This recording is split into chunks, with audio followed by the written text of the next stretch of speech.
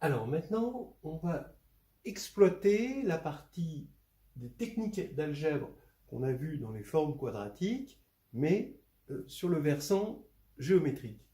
Euh, on regarde donc les formes quadratiques sur R. Qu'est-ce que ça veut dire? Donc sur R, les formes quadratiques, on a deux théorèmes.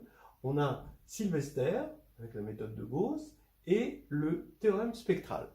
Il faut bien différencier ces deux théorèmes. Déjà, il faut bien différencier Sylvester et la méthode de Gauss. Souvent, les gens me demandent, tiens, c'est quoi la différence entre les deux?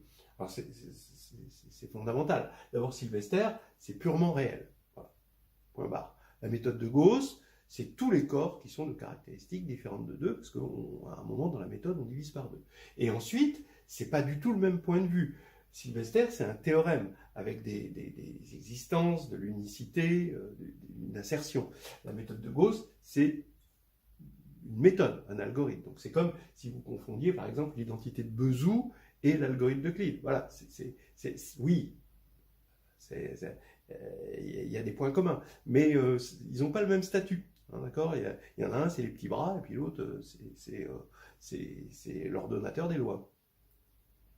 Bon, ici, une forme quadratique, on va le voir comme une fonction hein, de degré, une fonction polynomiale sur R2 de degré 2. Voilà, hein, d'accord, sachant que le degré 1, bah, c'est la dualité. Et donc, effectivement, ça va nous donner algèbre et géométrie, puisque le versant algébrique, ça va être les équations, et le versant géométrique, ça va être bah, les coniques, justement. Et les techniques d'algèbre, bah, comme la méthode de Gauss, tout ça, Sylvester, va nous dire que, alors attention, hein, ce qu'on impose, c'est que la partie quadratique, ici, hein, ici la partie quadratique, vous avez une partie linéaire, une partie constante, la partie quadratique est non nulle. Bon, alors, comme c'est non nul, bah, Sylvester va nous dire que cette forme quadratique va avoir une signature. Ça va être 2, 0 ou 0, 2, ou 1, 1, ou 1, 0, ou 0, 1. En tout cas, pas 0, 0, parce que c'est non nul. Mais comme c'est une équation, on peut multiplier par moins 1. Et donc, on n'a plus qu'à regarder les trois cas, 2, 0, 1, 1 et 1, 0, puisqu'en multipliant par moins 1, si on avait comme signature 0, 2, eh ben ça deviendrait la signature 2, 0. Donc ici, il ne nous reste plus que 3 cas, et évidemment, vous avez compris, ellipse, hyperbole, parabole. Voilà. Alors maintenant, qu'est-ce qu'on fait? C'est quoi le but du jeu? Le but du jeu, c'est, selon voilà, un principe très cartésien, de regarder un repère dans lequel tout se passe bien. Donc on veut faire un changement de repère. On a du coup le théorème de Sylvester qui nous donne un changement de repère où cette fonction va avoir au moins cette partie-là quadratique qui va être de type sympathique, c'est-à-dire x2 plus y2, ou x2 moins y2, ou juste x2.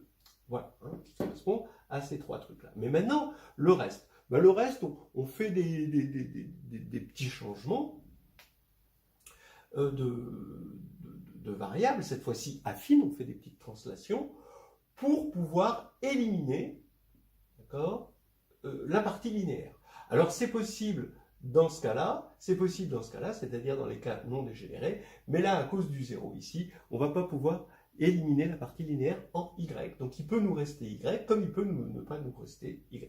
Donc finalement, on tombe sur un certain nombre d'équations possibles, mais finalement, on a bien réduit la chose, et on se rend compte qu'on a des situations un peu dégénérées, comme ici, où ça dégénère en un point. Ici, c'est vide.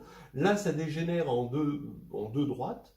Et puis là, bon, voilà, hein, de toute façon, vous faites votre marché, hein, pas de problème. Maintenant, bon, donc voilà, la classification, ce qu'on appelle la classification affine des coniques, a été faite grâce à Sylvester. Maintenant, la classification euclidienne, c'est-à-dire qu'on va regarder un changement de repère, mais on veut un changement de repère orthonormé. C'est-à-dire on veut passer d'un repère orthonormé à un autre repère orthonormé.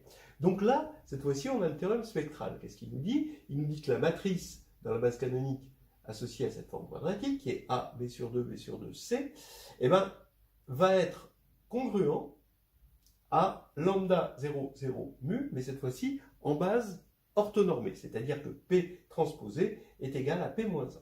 Mais si P transposé est égal à P-1, c'est que lambda et mu sont uniques à permutation près, puisque ce sont les valeurs propres de la matrice ici. Et donc maintenant, ça y est, on a vu ça avec la réduction. La réduction, ça y est, nos techniques d'algèbre, c'est-à-dire des polynômes dont on cherche des racines, etc., ben, vont intervenir ici. Hein. Ce n'est pas que la méthode de Gauss, mais là, c'est des trucs un peu plus profonds avec des polynômes et des racines de polynômes qui interviennent, et donc des calculs plus difficiles en général. Donc ici, vous allez à la fin, si vous voulez garder un repère orthonormé, avoir par exemple le x2 plus y2 égale 1, qui vous voyez confond l'ellipse, le cercle, tout, pour lui c'est tout la même chose, ben là il va y avoir quelque chose d'un peu plus fin, lambda x2 plus mu y2 égale 1, et ça, alors si on met ici égale 1, ça va nous donner une ellipse, qu'on va regarder dans un nouveau repère, alors orthonormé ici, qui va être le repère des vecteurs propres, parce qu'on sait que le théorème spectral assure donc une base de vecteurs propres orthonormés pour la matrice symétrique qu'on a ici, et là on a des vecteurs propres orthonormés, donc on va avoir des axes orthonormés pour une ellipse. Et même si on doit faire de la géométrie dans l'espace, quand on a un ellipsoïde, c'est-à-dire ici, une forme quadratique est égale à 1, donc une matrice symétrique réelle, avec des valeurs propres toutes strictement positives, et bien on va avoir ça égale 1, ça va nous donner un ellipsoïde qui va bien avoir des axes orthogonaux grâce au théorème spectral.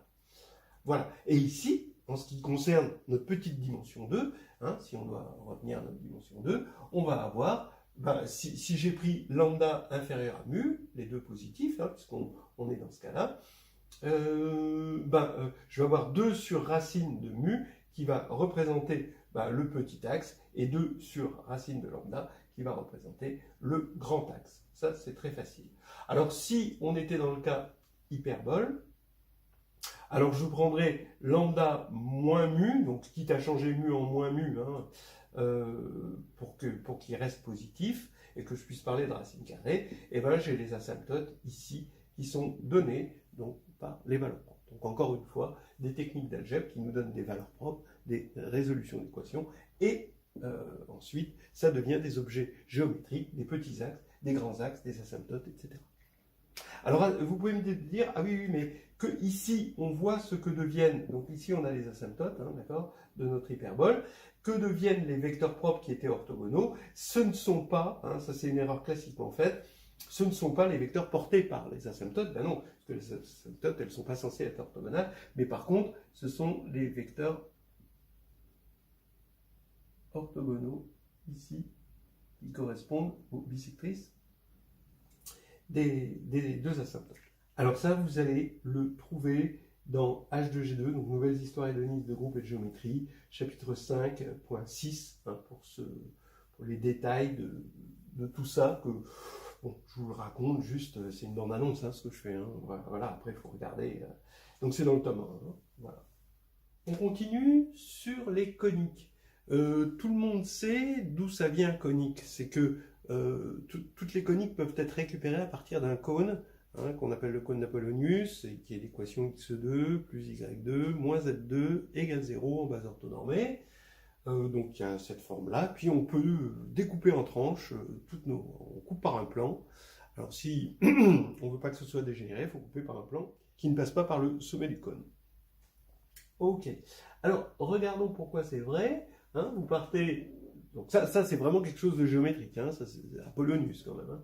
Donc là, ici, vous partez d'une équation comme ceci, et vous faites ce qu'on appelle l'homogénéisation, un truc assez classique qui consiste à rajouter une variable, mais de regarder ensuite, de poser cette variable égale à 1. Donc c'est comme si vous ajoutiez une dimension, ensuite vous regardez finalement un cône, et ensuite vous découpez le cône en z égale 1. Ça permet d'obtenir des choses homogènes. Et homogène, ça veut dire qu'on va avoir ici une vraie forme quadratique. D'accord? Alors, supposons ici, c'est une supposition, on va dire, générique, que la forme quadratique soit non dégénérée. Hein. Donc ça veut dire un certain déterminant et non nul, hein, ce qui va nous donner plein de possibilités, hein, d'ouvert-dense de possibilités. Alors ici, la signature, d'accord, va être soit 3, 0, soit 2, 1, soit 1, 2, soit 0, 3, puisqu'on est en non dégénéré en dimension 3. Finalement, comme c'est égal 0, bah, on peut se dispenser de 1, 2 et de 0, 3 et se ramener à 3, 0 et 2, 1. Maintenant, changeons de variable. On va avoir donc grand x2 plus grand y2 plus ou moins z2 selon le cas si on est là ou là par Sylvester égale 0. Je vais garder l'ancienne variable petit z égale 1, mais petit z, comme ce sont des transformations linéaires hein, qu'on a fait, en fait on a fait des changements de base, on a petit z qui s'écrit linéairement en fonction de grand x, grand y, grand z. Hein. On sait qu'on va avoir des alpha grand y, petit z, ça va être alpha grand x plus bêta grand y plus gamma grand z. Voilà. Et ici, supposons qu'on soit dans le cas 3, 0, bah, là on aurait un plus ici, donc la seule solution, puisqu'on est sur R, c'est grand x, grand y, grand z égale 0, mais ça voudrait dire que petit z ici est égal à 0. Donc il n'y a pas de solution, d'accord? Puisque 0 n'est pas égal à 1. Voilà. Donc finalement, la seule possibilité qui nous reste, c'est 2, 1. Ce qui veut dire que on a notre cône d'Apollonius, d'accord, et que notre conique, quand elle est non vide, va correspondre à l'intersection de ce cône d'Apollonius avec petit z égale 1, qui va devenir un plan, mais qui ne passe pas par, puisque c'est égal à 1, il ne passe pas par le pôle, sinon ici. Alors, donc ça veut dire que géométriquement, vous coupez par un plan, et là vous voyez une ellipse, et si vous coupez comme ça, vous allez avoir une hyperbole, et puis si vous visez bien, là comme ça, vous allez avoir une parabole. Voilà. Ensuite, on va regarder les quadriques. Les quadriques, on va les voir comme des ensembles de solutions de l'équation Q de U égale petit k, où U est dans R, puissance n, et on va voir que la forme polaire, qui est un objet purement algébrique, va débarquer dans la géométrie des quadriques. Comment? Ben, regardons ici, on écrit Q de U plus H. On fait la somme de deux vecteurs. Où H, on va imaginer qu'il est infinitésimal. Donc ici, c'est Q de U plus 2B UH plus QH. C'est la formule classique, où B, c'est la forme polaire. D'accord? Bon, alors ça, c'est important, parce que ça veut dire que c'est une formule de Taylor, et donc que ça va représenter le terme linéaire. Et donc, ça veut dire que l'espace, ce que j'appelle l'espace vectoriel, hein, tangent en U à la quadrique, que j'appelle Q, bah, ça va être ici ce qui annule ceci, c'est-à-dire l'annulateur, bah, vous voyez, c'est l'orthogonale pour B de la droite engendrée par U. Voilà. Alors ça, c'est quand même assez bien, parce que vous voyez qu'on a... Alors attention, hein, c'est pas l'espace tangent qui passe par U, ça. Hein, c'est l'espace vectoriel, c'est la direction. En fait, l'espace tangent tel qu'on le pense, la tangente, en fait, c'est l'espace affine qui passe par U et de direction ceci. Bien, alors maintenant, par exemple, on regarde Sylvester. Sylvester, qu'est-ce qu'il nous dit? Et on part de Q égale, par exemple, x2 moins y2, et on regarde, voilà, hein, on regarde Q, c'est x2 moins y2. Bon, que nous dit Sylvester? Il nous dit, ben ça c'est de signature 1 moins 1. C'est-à-dire qu'à chaque fois qu'on va le diagonaliser, on aura un positif, un négatif, et un 1 et un moins 1 si on veut normaliser. Avec des zéros ici.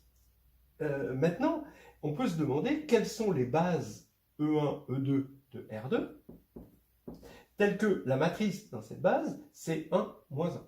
D'accord? Comme ceci. Donc c'est ce que je vais appeler les bases de Sylvester. d'accord? Les bases assurées par Sylvester, parce que Sylvester assure l'unicité de la signature, mais pas l'unicité de base. Des bases, il y en a plein. C'est comme si on avait une forme définie positive, ben on aurait 1 et 1, donc les bases de Sylvester, ce seraient toutes les bases orthonormées. Donc ici, c'est les bases de Sylvester pour une signature 1-1. Et ben regardez comment on peut les construire géométriquement. J'écris l'équation Q égale 1, c'est une hyperbole. J'écris l'équation Q égale moins 1, c'est une hyperbole. Bon, ben, bien sûr, l'hyperbole va avoir pour, les deux hyperboles vont avoir pour asymptote x2 moins y2 égale 0. Donc les deux asymptotes, c'est x égale y et x égale moins y, les deux bissectrices. Comment on va construire une base de Sylvester? Et ben ici, il faut que Q de E1 soit égal à 1. Donc on va prendre E1 là-dessus. Voilà, je l'ai pris. Maintenant, il faut que E2 soit orthogonal à E1 pour la forme quadratique. Mais là, ça veut dire que c'est l'espace tangent. Alors ça, c'est la tangente en E1. Et ça, c'est l'espace tangent. C'est-à-dire, je le fais passer vers 0, 0. Voilà l'espace tangent à la quadrique qu'on a calculé. C'est ça l'orthogonale, ici. Et donc maintenant, je vais l'intersecter avec moins 1. Donc j'ai deux possibilités, qui sont opposées l'une des autres, et que je coupe en coupant avec Q égale moins 1. Voilà, et donc j'ai voilà une base de Sylvester, E1, E2. Et puis je peux en construire plein, d'accord? Je peux même faire un truc sur GeoGebra qui construit, comme ça, tout seul, toutes les bases de Sylvester. Voilà. C'est pas mal. C'est dans H2G2, toujours, chapitre 5. Donc c'est prenez la dernière version, hein, up to date. Et puis là, c'est 5, 7, 3, 2. Voilà. Et je vais terminer le volet sur les formes quadratiques avec ce théorème qu'on appelle le théorème d'Apollonius ou la formule d'Apollonius. Regardez, hein, c'est vraiment, là, si c'est pas de la géométrie, je veux bien être tendu. On a un triangle OAB dans le plan euclidien et I le milieu de AB. Eh bien, on a la formule OA carré plus OB carré égale 2OI carré plus 1 demi de AB carré. Bon, vous pouvez le démontrer, je pense que ma génération, on savait faire ce genre de truc en troisième, et puis on n'était vraiment pas des géomètres. Alors, maintenant, ce qui est intéressant là, c'est de le voir comme une simple application du théorème spectral. C'est-à-dire, regardez, vous prenez, donc c'est le théorème spectral ou c'est le théorème d'orthogonalisation simultanée, hein, on va dire. Vous prenez Q, une forme quadratique, sur Rn, et Q', une forme quadratique définie positive. Alors, c'est un théorème qui dit que la somme des I égale 1 à n de Q de I ne dépend pas d'une base orthonormée choisie, UI, pour Q'. Donc pourquoi? Parce que ça, c'est la trace d'une certaine matrice de Q dans la base UI. Bah oui, mais cette trace, c'est un invariant de similitude. Or, comme on va avoir des bases qui vont être orthonormées pour UI, les changements de base, ça va être à la fois des P transposés et des P-1. D'accord? Donc ça va être semblable, et donc on va bien avoir que ça ne dépend pas du truc. Vous pouvez le regarder dans H2G2, c'est l'exercice D6. Voilà, c'est un truc assez joli, et qui est parfait pour de l'algèbre, puisqu'on a quand même des invariants de similitude, des choses comme ça, et en géométrie, puisqu'à la fin, on a un joli triangle.